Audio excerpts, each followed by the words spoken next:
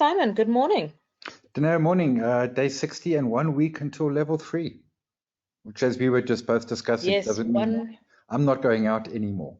I'm staying at home. I'm just going to order some wine to be delivered. Yes, indeed. So yeah, next week we're officially all on level 3. We're obviously, most of us are very excited, or some of us rather are very excited that we'll finally be able to buy alcohol. But yeah, myself and Simon have decided that there's absolutely no reason to go to the liquor stores, and we're just going to stay at home and see if we can order it online. I saw a couple of people were complaining last night that they were online trying to place their orders on some of the online stores, and the websites were crashing. Oh no, they're slow. It's going to be a very interesting first week. I placed my online wine orders 2 weeks ago to get ahead of the queue. See, smart thinking. I didn't do that. So I'm just going to wait for everyone to get over the excitement. I will go and order. I still have I've got enough alcohol to tide me over for about 3 weeks, so I'm okay, good. So you're sorted. Okay. Yeah, so today we've got quite a lot to cover, but I suppose let's start and kick off with what's happening in the US, and perhaps we'll also touch within that globally. The very big story, Hertz filed for bankruptcy. Hertz, the car hire company, they filed for bankruptcy, and obviously that's because no one's hiring cars because no one's traveling. 16,000 employees let go. CEO made a bit of money, but the company itself has been doing no business, and there's obviously a lot of burden on them because they've got quite a big fleet of cars that needs to be maintained. Not only that, it needs to be paid for. And when people aren't traveling and aren't hiring and aren't doing anything, you've got nothing to pay those bills with. Yeah, and I mean, Hertz is second biggest car hire in the world. I assume biggest is Avis and Budget when they merged. Hertz used to be bigger, but then numbers 2 and 3 got together. And there are a couple of points. The first is, I mean, it's not the biggest surprise, in terms of the travel industry. We've also seen, for example, J. Crew and JC Penney and clothing retailers. Those are even less of a surprise. They were struggling already. They've now come into lockdown, and that's harder. In the case of Hertz, they were doing perfectly okay, but they're in an industry that is absolutely shut down. The TSA in America is publishing throughput traffic, in other words, number of passengers going through airports, and it's still 90% down on what it was a year ago, and at points much as 95, 96% down on traffic from a year ago. And there are a couple of implications. The one is with Hertz. They've got 400,000 vehicles. Now, of course, they've gone into Chapter 11 bankruptcy. They can come out the other side. But I wonder if one of the unintended consequences, or not unintended, but one of the consequences of this is that a significant portion of the Hertz fleet enters the second-hand market, and suddenly floods that market in a time when vehicle sales have collapsed, and a lot of purchasing is going to be moving to second-hand just because of economic pressure, what little purchasing there is already. And so, implications for vehicle manufacturers, implications for vehicle retailers, and of course then the PGMs at the same time. And the platinum group metals have held up surprisingly well. And I can't help wonder if that isn't perhaps, notwithstanding demand has disappeared, but probably so has supply to a certain degree. We've seen Implats restart mines at 50% and then have to shut them down because of increased prevalence of positive COVID-19 cases amongst the workforce.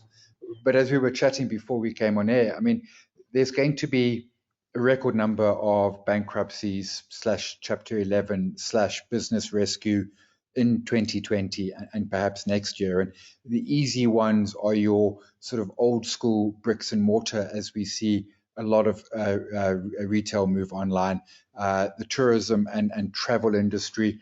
There's an excellent document which I picked up last week, and then I spoke to the CEO of the tourism. What do they call themselves? I can find an official title here because there's a couple of tourism businesses, and they focus on local. It is Tourism Business Council of South Africa, and they've put together procedures of how business tourism will operate in a pandemic environment, and it's on one side, great reading in terms of how they're looking at safety of guests and staff. On the flip side, it's capacity. And even as things open, they're going to have the issue of, they simply can't put the same capacity, 100% capacity into restaurants and resorts and airplanes and hotels, notwithstanding the lack of confidence of people, both from a financial and a health perspective, to want to go to any of these restaurants, resorts, hotels, airplanes, and so the list goes on. So your tourism space, broadly, if we call it leisure, which I would throw sort of your dining experiences, your restaurants, under severe pressure. And I think we're going to see some more big name bankruptcies, both amongst hotel chains, airlines, such as Hertz, potentially cruise lines, etc. In South Africa, it'll mostly be pressure on the hotel sectors. We don't have as broad a sort of a leisure industry in the listed space, but we're going to see significant pressure, and I think we're going to see more sort of business rescue Chapter 11s. Now, they can come out the other side, but they're going to come out with a lot less staff, probably less operations, basically smaller businesses. And Simon, I suppose, what does coming out the other side look like? I don't anticipate that, the moment the borders are open, whether it's for SA or for any other country, really, that everything's just going to be business as usual or the normal we knew before.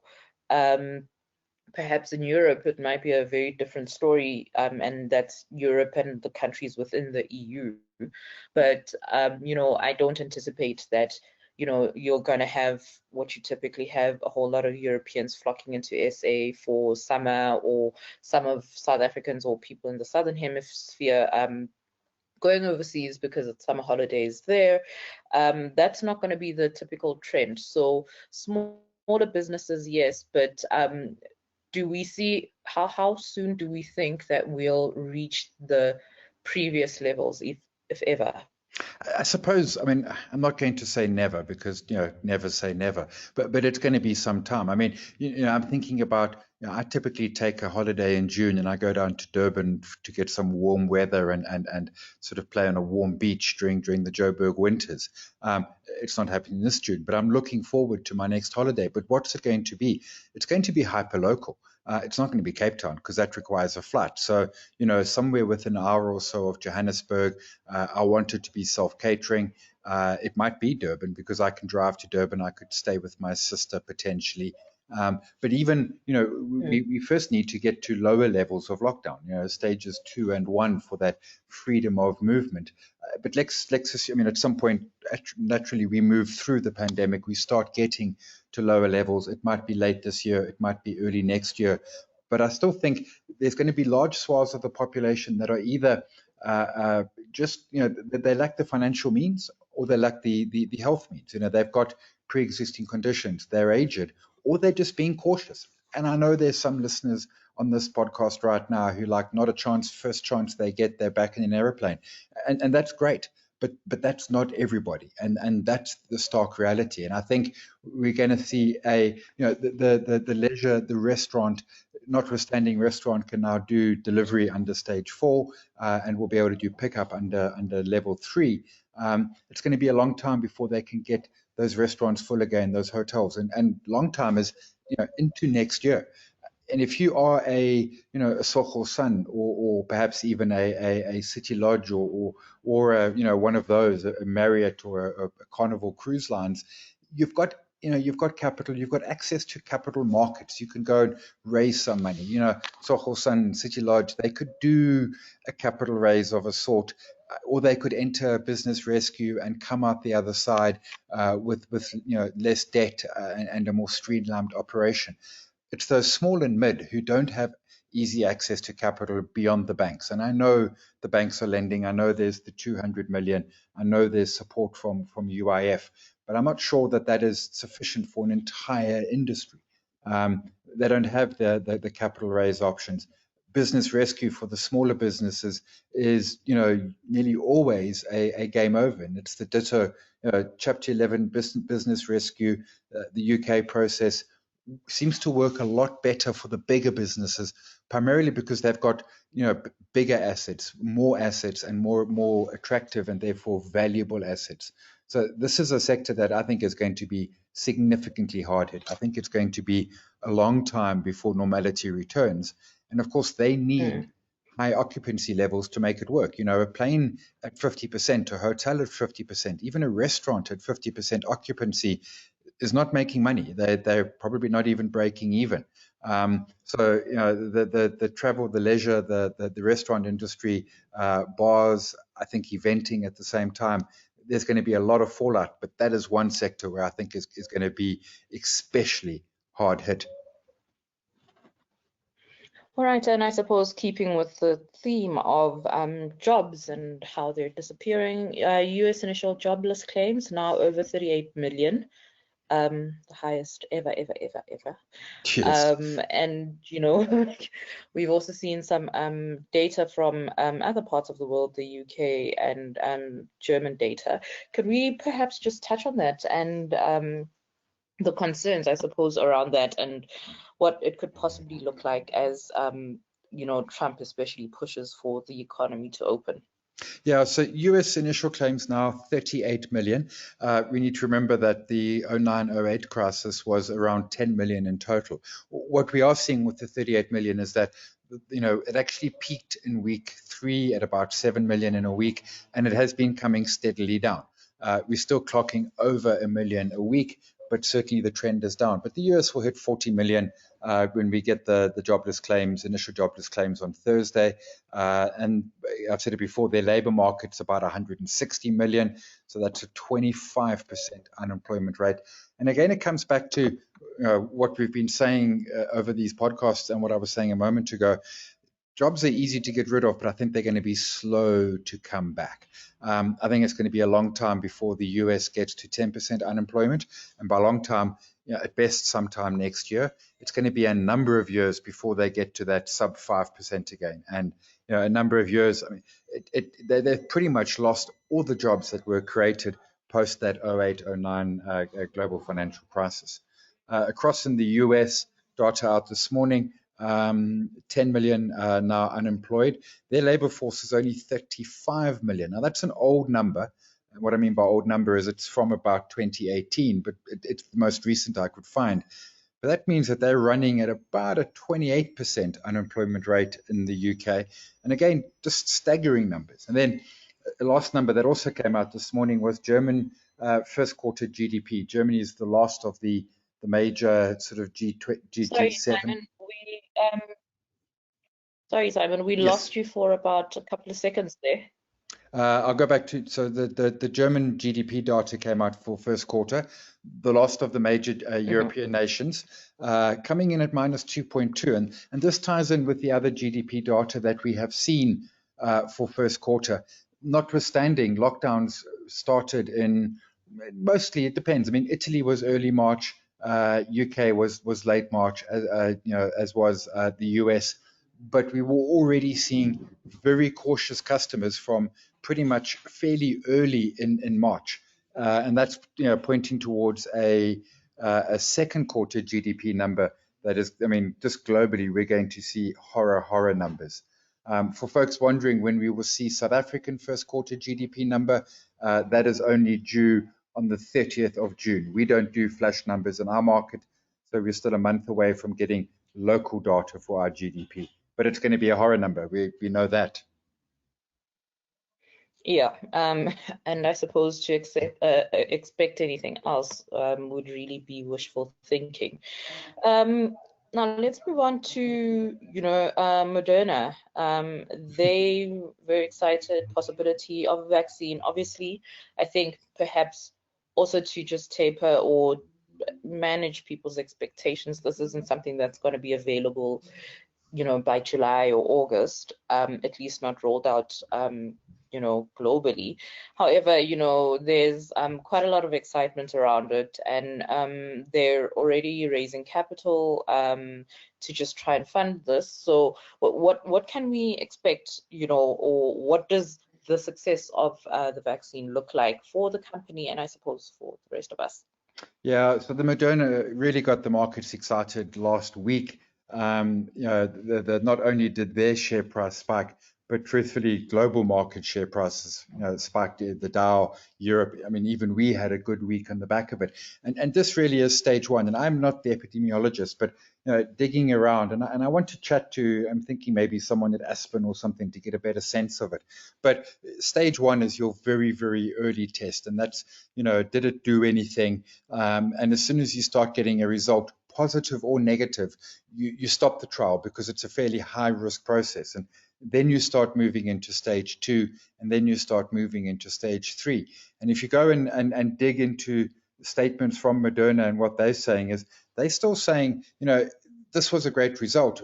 If everything else goes well, we should have something ready in the first quarter of 2021. In other words, still not looking at this year, even if it goes well. The capital raise is a tricky one because obviously their share spiked, so they quickly issued some equity. And the question is, were they doing it for the vaccine, or were they doing it because it's opportune? And truthfully, as a management of the company, if your share price is spiking and you might need some capital, well, then raise some capital.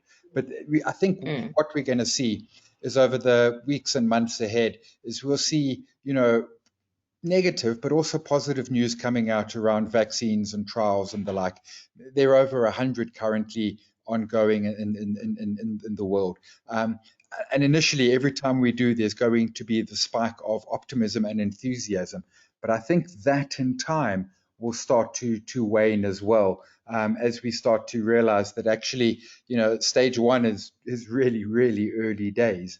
What we need to start seeing is positive stage two and stage three trials, which are typically probably going to be at least 4 to 6 months.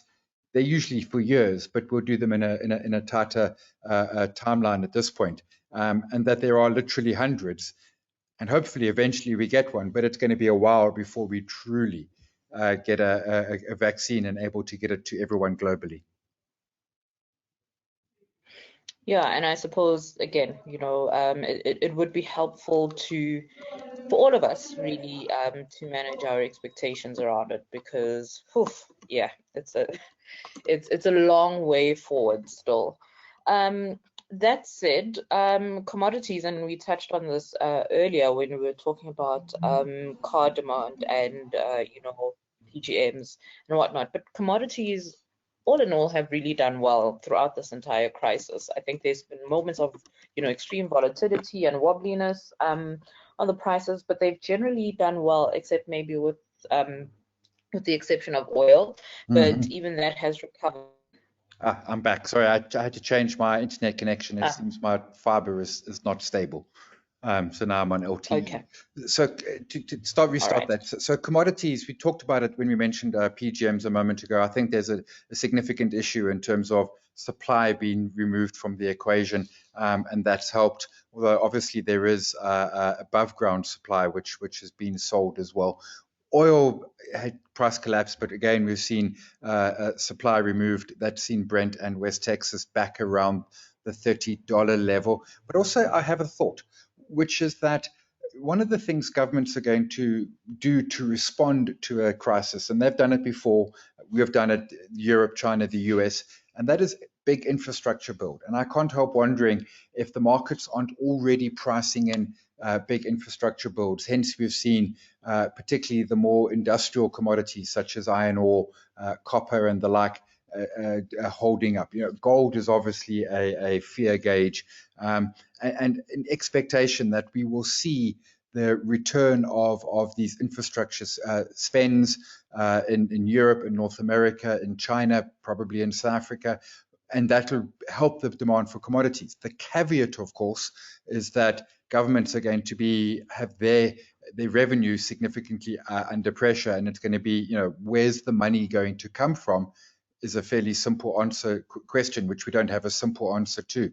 And supply remain, we're going to see some mining companies, I imagine, going out of business, some oil companies going out of business, but commodities have held up exceptionally well. And I really am thinking that a lot of it is going to be on that expectation that we're going to start seeing infrastructure spends probably start coming through from the end of the year. And that's good because it boosts commodities. It's a massive employment opportunity, but also most infrastructure around the world is, very, very old, and economies could frankly do with some renewed infrastructure. So there's perhaps a glimmer of a silver lining coming out of that.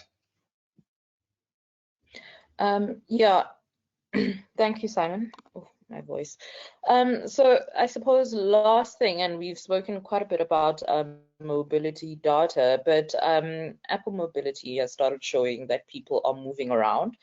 I wanted to actually touch, because we were going to chat about Europe and the US economy opening, but I also wanted to just highlight that in Germany, certainly, there's been a lot of protests, anti-lockdown protests happening. So I'd imagine that's also contributing quite a bit. And it's thousands of people going out into the streets to protest against lockdown regulation. But this data is obviously telling us that people are a lot more confident. They're taking full advantage of the freedom to now move around. And that graph looks quite impressive, I must say. Yeah, so I mean, we're seeing, and if we delve into it, so the distinction is that people are starting to drive and walk a lot more. Public transport is picking up, but is still a long way to go. And that makes sense for a bunch of reasons. You might want to go and visit somebody, but you might not want to do that using public transport. And some of the public transport simply remains closed. But what we're seeing in the US is that they're not quite back to normal, because you typically would look to see those spikes, but we're getting above that baseline again, and that certainly suggests that activity is getting there. There's still economies, looking at the UK now, they're still about a third off, but the UK is still in fairly heavy lockdown. France, driving is starting to get back to normality. Again, public transport and walking less so. So certainly, I suppose what we could call is it the second phase maybe? If lockdown was maybe post lockdown and we start lifting that lockdown, we're seeing sort of a level of normalcy returning. And let's not pretend that this is a total return to normal, but it's a level of normality, and that's obviously good for economies. I mean, the presentation, as per our president last night, under level 3, we're going to get about 8 million people returning back to work, whereas under level 4 it was about 1.5 million. That does get economic activity going. There is, of course, the flip side to this, which is the pandemic hasn't left. The pandemic isn't going anywhere, and we're still going to see spikes in caseloads, in deaths, in hospital usage, and disproportionately hurting the poor, because the middle class can often work from home. If they need to go into the office, they can, of course, use private transport. They can order online. They can go to Woolies, where things are less dense. The poor are working at Woolies. They're working in mines. They can't do that from home. They go to work using public transport. Their access to online is more limited, and they're shopping at spaza shops. So we're going to start seeing that disconnect, which we saw to a degree in the data out of Europe and the US, where the disease and Singapore. And the disease hits the poorer markedly harder, and not just because of issues around malnutrition and the like, but simply because of the different lifestyles. But certainly we are seeing a starting to return. I mean, South Africa is sitting at 50%, and this is up to 22nd of May. So that was that Friday? Yeah, that was Friday. But we're still, walking and driving at between 41 and 47% down on previous. But slowly economies are opening. Now we to see the next bit is how do we manage those hotspots? The president spoke about hotspots last night. I tweeted out an image of the different, oddly enough, Tshwane and Joburg are only just hotspots as by our government's methodology. Places like Ekurhuleni, Western Cape are way into the hotspot zone. But what happens as those outbreaks start to re-emerge, as they will? You mentioned Singapore, South Korea. This is not a situation where the virus has been defeated. This is a situation where we've essentially hid away from it. And there are implications for that, health and economic. And now we move to the next stage, and there will continue to be those implications. And how governments respond in this next stage is going to be I think one of the true tellings of how the population broadly is going to view the governmental responses around the world. Thanks, Simon. And again, I think with where we are, we've been, the lockdown was really not to stop or delay, or yes, to delay, but not to stop the spread of the disease. And really it was to build capacity, and hopefully we've built that capacity. It does not necessarily mean that we let our guard down, but if anything, I think it's a call to be more vigilant than before. And as you've highlighted, people are going to be starting to go to work. You've got a whole lot of frontline essential workers that are who may not have been working, who will be working, which means there's a lot more people moving around. And we just need to be vigilant, I suppose, to ensure that we don't end up in a situation like Italy or the US. Mm-hmm. All right, let's move on to local news, and 0.5% or 50 pip rate cut last week. Not particularly surprising, because I think we were expecting that, but there is the expectation that we're still going to see another 25 pip cuts this year.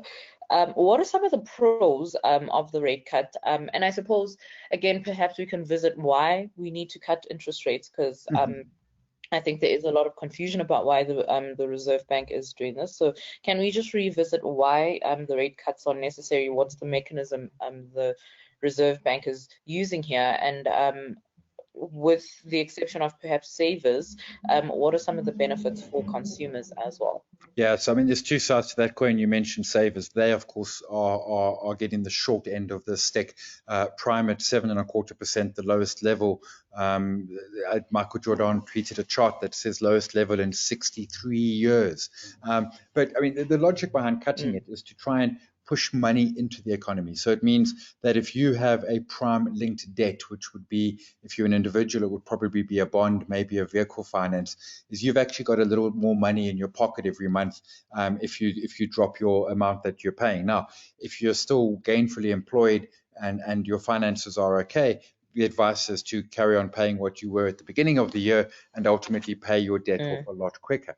For a lot of people, that's a lovely idea, but not practical, which means you've got a bit more cash. And the hope is that you then go and spend it and you stimulate the economy. The problem we have, of course, is under lockdown, is that simply it's just not that simple to do, because it's, spending is not as easy as it was a couple of months ago.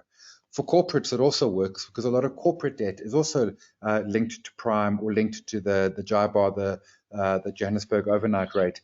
And so they also, their debt's costing a little less, and it helps them with a little bit of cash flow. My concern is twofold, is that obviously, again, a lot of debt is unsecured, and that falls under the Usury Act and therefore not linked to prime. So no benefit in that space there whatsoever. And the second concern I have is that we're getting that little bit of help, but truthfully, we're in an employment crisis where, this is not about being able to spend the money, because frankly, you're struggling to pay your rent and to feed your family. And those who do have the money, we can shop online and we can order Uber Eats, but we're not in the same levels of confidence. But certainly the Reserve Bank is doing their bit. As you said, they suggested, the governor said 2 more quarter percent cuts coming through the year. What I found interesting, a lot of the debate was talking around, would we get 1%? The debate within the MPC, the vote was 3 members voted for quarter, 3 members voted for half. The governor had the decider and they went for the half. They didn't even discuss 1%. Well, they discussed it, but no one voted for it. And as a last point, the concern about low interest rates, aside from the pain on savers, and that's not insignificant, particularly for the retired generation. The other one is that typically you then worry about inflation. We've got inflation data coming out on Thursday, and the market's looking for 3.5%. Inflation globally might become a problem, but hasn't been for a decade and is unlikely to, certainly for the rest of this year, giving that space to be able to cut rates. All right, thanks, Simon. Let's perhaps move on to some of the companies' news. We've got Stor-age. They've 150 million rand in bookbuild. What does the future of storage businesses look like? I mean, do we think that this is also going to be affected? This kind of business will be affected by the virus. And what was the thinking as well behind the bookbuild? What are they hoping to do with the cash raised? I think funds raised. Yeah, I mean, I think 2 issues. I think there might be some opportunities, perhaps, in times like this for your better off companies picking up some distressed companies. They're raising money, I think, partly in that, but also just partly that this is a tough climate. Their share prices hold up fairly well. Let me call up the chart here. And there was appetite and demand. So therefore the question is almost a case of why not? If you can strengthen your balance sheet, absolutely strengthen your balance sheet. Don't miss the opportunity. Their business is interesting because in part they kind of benefit from boom times because people are buying things and we want to store them because we just have too much stuff. But they also kind of benefit in recessionary times because we're moving into smaller apartments or perhaps moving back in with the folks or something, and we need to store stuff. So they're almost non-cyclical. But there also comes a tipping point where you're paying that storage unit, and whether it's $300 a month or $1,000 a month, at some point you have to have a hard look at yourself in the mirror and say, am I just being silly here? And I'm one of these peeps who did it when I left Cape Town, and I'm going back 25 plus years. I stored stuff for 18 months and I paid every month, and then eventually I realized I was being silly, and I got it all out of storage, and I immediately took it to a second-hand shop and sold it because so they will see some pressure on their business, but I think on the flip side there's probably less pressure than a lot of, certainly in the property space, but also just more broadly. They also have a fair number of small businesses who use their facilities, and again they might see an increase as perhaps a small business that had a small warehouse kind of gets rid of the warehouse and moves into a storage unit. But the other side of the coin again remains that some of those small businesses in the storage units will also be going out of business and therefore not using. But I thought it was, in a time where markets are really under pressure, to see a property stock, notwithstanding a niche property, raising money pretty much against the trend was quite astounding. And their book build was an absolute success. So. Yeah. Now we've got Grand Parade Burger King sale being repriced, and obviously that is also partially due or largely due to what's happening with the virus. But what are the implications here, Simon? Yeah, and we saw, was it just last week where, week before, I think, where Barlow World is trying to walk away from buying the Tongaat starch business. This is a tough time to be doing deals. There are opportunities out there. We just mentioned Stor-age. Andreas van Heerden from Afrimat, their results last week, was talking about opportunity perhaps as well, and they're looking at a number of distressed businesses which they might be wanting to acquire. In the case of Burger King, I mean, this really was, Grand Parade's foray into the QSR quick service restaurant business hasn't worked.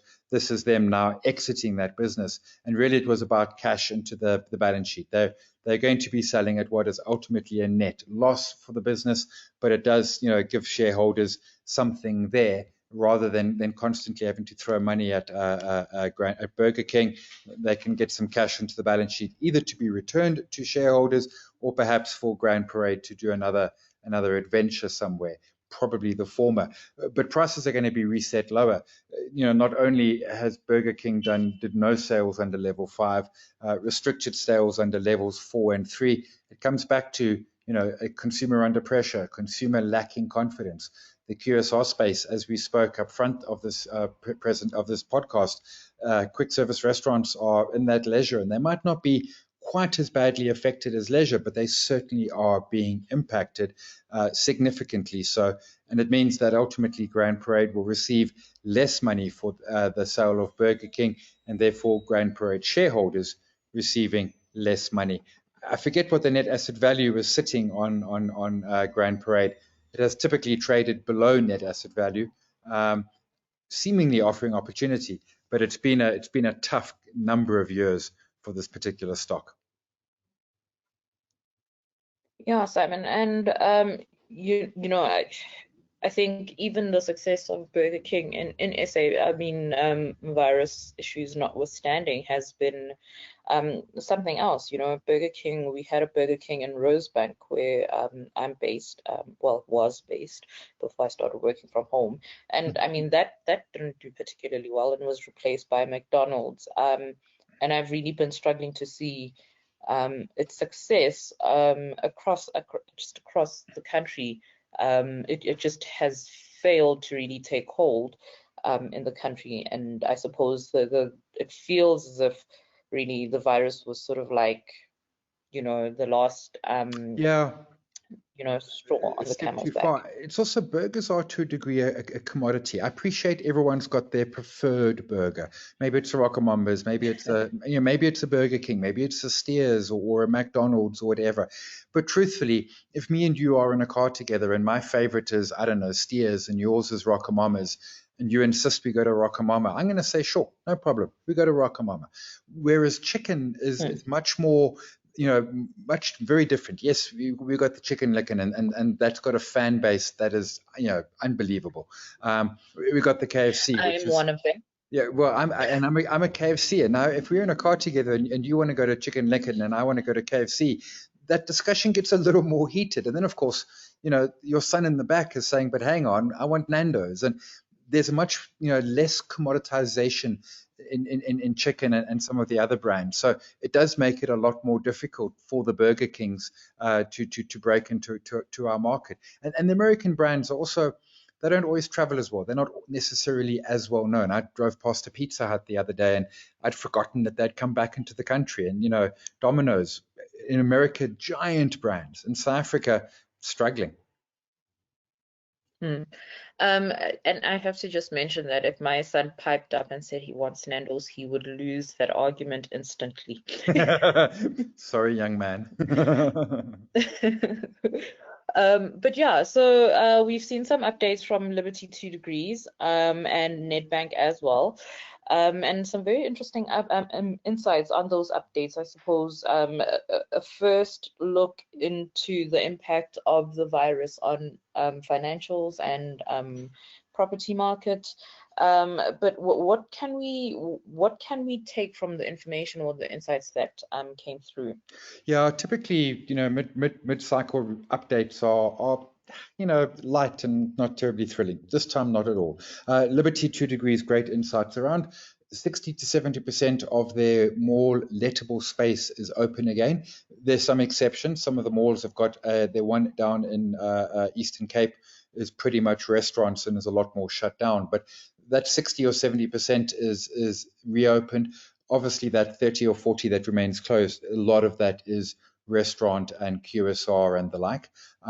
They're doing about 60% the foot traffic that they would normally be seeing. So what we can essentially say is that more traffic is at about 2/3, which is a little bit ahead of the Apple mobility data that we're seeing for South Africa.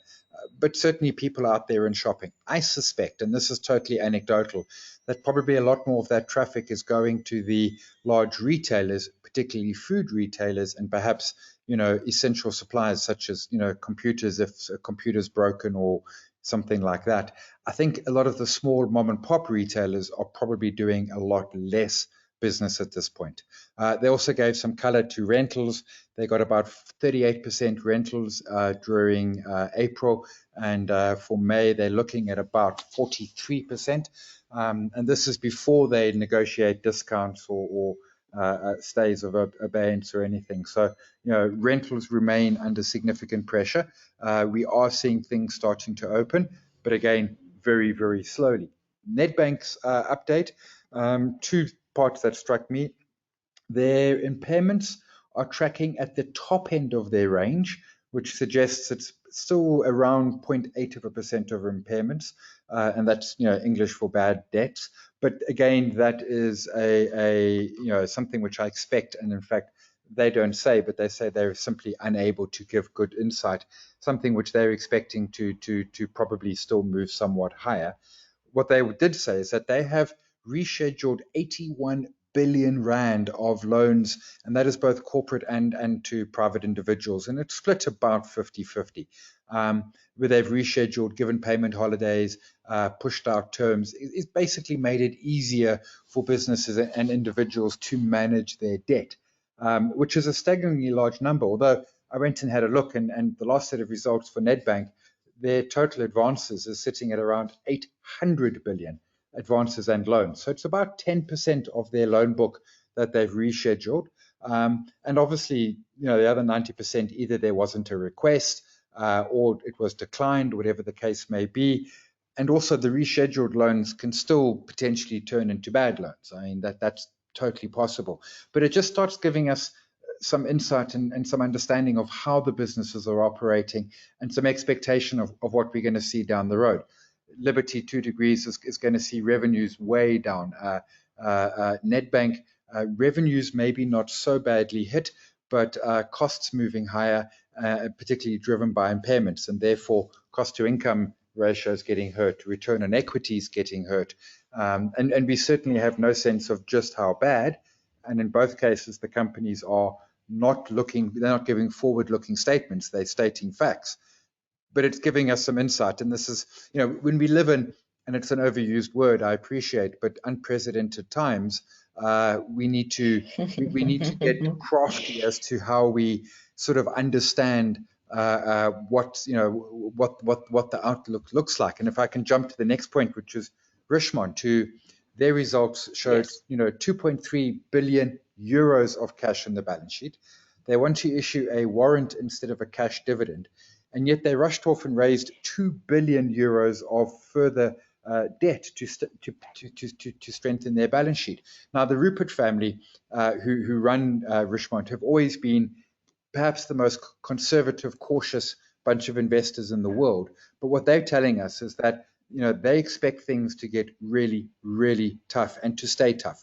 I talked about their results in last week's podcast, but they're essentially saying, this is not going to get better in a hurry. And as such, they are, while they can and while they have access to capital, they are shoring up their balance sheet as quick as possible and preparing for a long haul. And I wonder if Richemont might not see long-term changes to their businesses. People start to focus more perhaps on experiences than fancy watches, etc.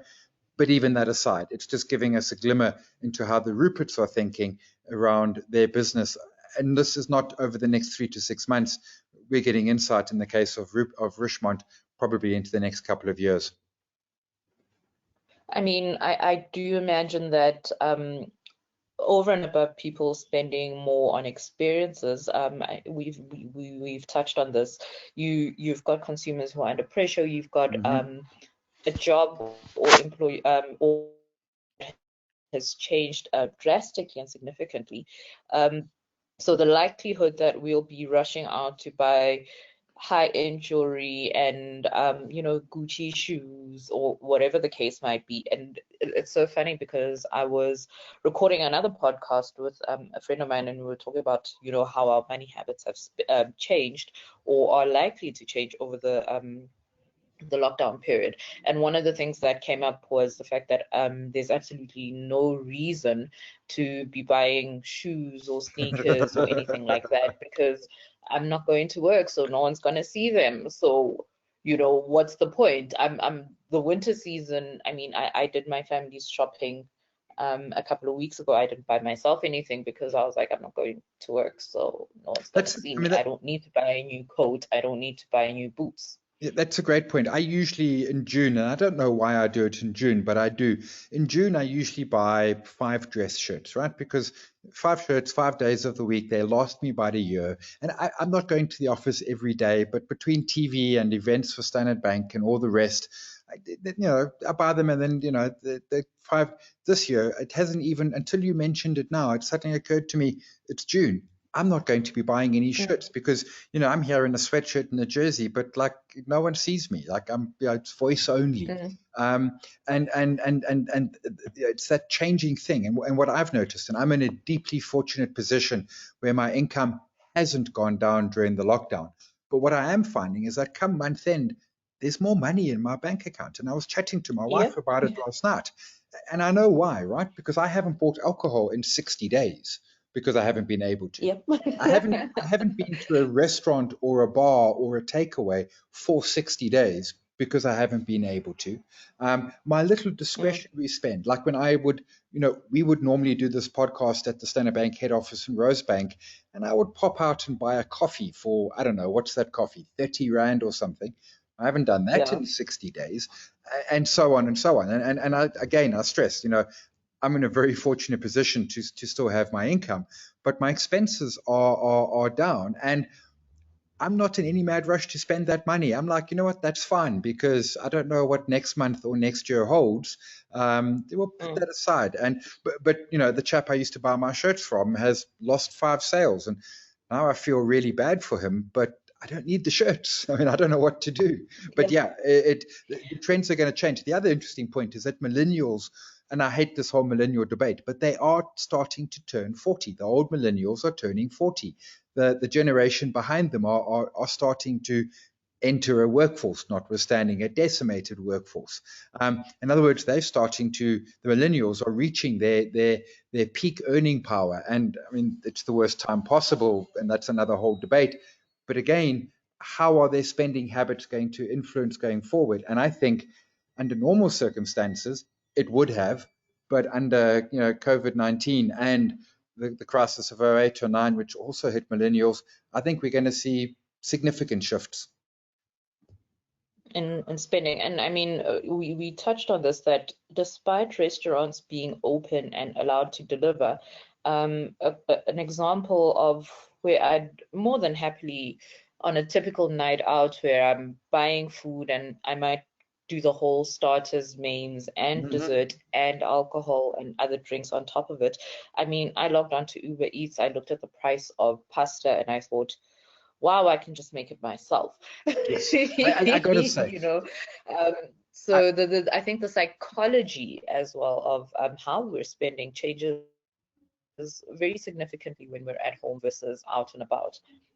Yeah, I mean, it was another point I made to my wife last night is, last night was our 59th meal in a row at home, which we've never done before. And yes, Uber Eats is open and available, but truthfully, we've only used it 3 times. And once was for sushi because I can't make sushi at home. Once for curry because Dorsa Hut makes the best curry in Johannesburg. And the opportunities there. But I mean, to the last point on our list, I mean, we are seeing spikes in online. And I mean, Amazon has employed, I think, 150,000 extra staff members over the last couple of months to manage that capacity. In South Africa, we're seeing massive increases from the likes of Takealot and etc. What's interesting to me is that our retail our online sales was running at about maybe 2.5% of retail, whereas the US has been hitting double digit up at 10, 12, 14%. We are probably going to move closer to maybe 4 or 5%. I'm wondering if this sticks afterwards, and I think the easy answer is yes, it does, because we have tried it. I just had something delivered to me now as we were recording, but my wife did the door and everything for us. It's something which I would have usually gone in store to buy, but I didn't because I couldn't. It took a bit longer. I ordered it Wednesday, it arrived today. That's a little bit slow, but I'm ordering other things that I wouldn't normally have. Now, the challenge for the online businesses is they've just got to make it such a great experience for me that going back into a bricks and mortar store just feels like going back into time. It feels like going back to the 80s and big hair and shoulder pads and everything else.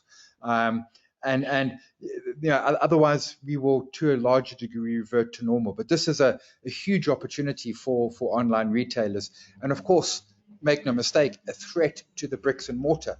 And I've seen some of the bricks and mortar starting to get clever and start moving into a much more aggressive online environment. And if they can sustain that, that does them well during a pandemic, but I think does them well into the future at the same time. Yes, Simon, and I suppose the other thing about getting the shopping and the online experience right is the opportunity to upsell. If I think over the weekend I decided to go on a mass baking spree, and so I went to the shops because I'd run out of corn flour and all these other little ingredients that one needs to make really lovely cookies. And in Woolies, it was very, very full. There was actually a queue outside for people waiting to go into the shop, and it was because of the sanitizing. But it was full. But I also ended up buying a lot more than I went out to, initially buy, which was flour, some, and a couple of other ingredients. But I ended up picking up some meat. I picked up this. I picked up that. So that doesn't really, I find for myself, especially online shopping, when I know what I want, I go, I get it, and I leave. That's a great point. There's very little space for I missed that, I forgot that, etc. It's a very straightforward buy and leave process, regardless of what people who bought this might want this recommendations. There's no waiting in the queue to the till with all those tempting sweets and chocolates and the like. So true. All right. Thank you, Simon. And I suppose to, end our conversation today, 2 French kids reportedly discovered gold bars worth over $100 million US. I gotta say, Daneo, and they turned it in. They turned it in. If you don't hear from me one Monday, it's because I found gold bars and I'm selling them and I'm buying an island somewhere. Kudos to the French kids. That's deeply patriotic and everything. Not patriotic, it's very good kids, but I'm not, I don't know if I'd be that good. I was like, I think the only thing that would have really made me take it back is just the knowledge that somebody's going to be looking for those gold bars and I don't want to die.